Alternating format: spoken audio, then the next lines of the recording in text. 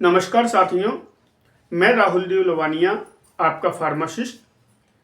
साथियों, हमारे पिछले वीडियो जिसमें हमने अस्थमा के मरीज को सर्दी में क्या सावधानियां रखनी चाहिए इसके विषय में बताया था, उस पर एक व्यूअर ने पूछा है कि अस्थमा के मरीज को इनहेलर और नेबुलाइजर में से किसका उपयोग करना चाहिए।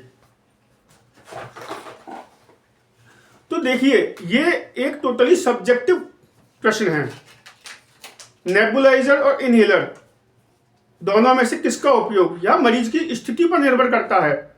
यदि मरीज की ब्रीदिंग स्टेबल है, मरीज पफ खींचने के बाद 10 सेकंड तक सांस को रोक सकता है, मरीज घूमने फिरने वाला है, यानी कि या तो जॉब में है या बिजनेस करता है और इसके सिलसिले में उसको घर से बाहर रहना होता है, तो निश्चित ही वह नेबुलाइजर को तो साथ में कैरी नहीं कर सकता।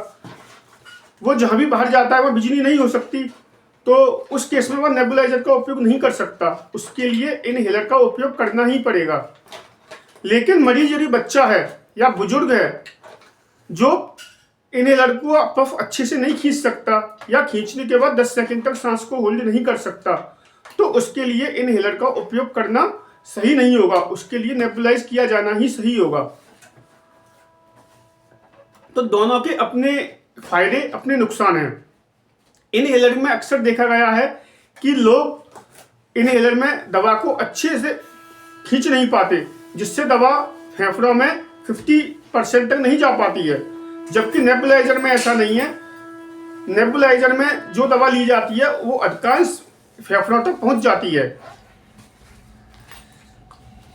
लेकिन नेबुलाइजर में हाइजीन की अपनी समस्या है। उसके मास्क को बार बार गर्म पानी या बॉइल वाटर में साफ करना होता है, ट्यूब की हाइजीन रखनी होती है। इनहेलर के साथ ये सभी समस्याएं नहीं हैं। तो हाँ, अगर इमरजेंसी की कोई सिचुएशन है, अस्थमेटिक पेशेंट को यदि कोई इमरजेंसी सिचुएशन आती है, तो उसमें ब्रीथलेसनेस एक कॉमन सिम्टम्स है और उस केस में इनहेलर के बजाय नेबुलाइज किया जाना ही ज़्यादा फायदेमंद होता है। क्यों? क्योंकि ब्रीथलेसनेस में व्यक्ति को सांस लेने और होल्ड करने दोनों में ही परेशानी होती है, तो हो सकता है इनहेलर के थ्रू वह दवा को अच्छे से नहीं ले पाए। तो उनके प्रश्न का उत्तर कि अस्थमा के मरीज को इनहेलर और नेबुलाइजर में किसका उपयोग किया जाना चाहिए, इसका कोई भी कंक्रीट आंसर दिया जाना संभव नहीं है। एक नॉर्मल व्यक्ति में इनहेलर किया जाए या नेबुलाइज किया जाए या टोटली उसकी स्थिति पर डिपेंड करता है। धन्यवाद।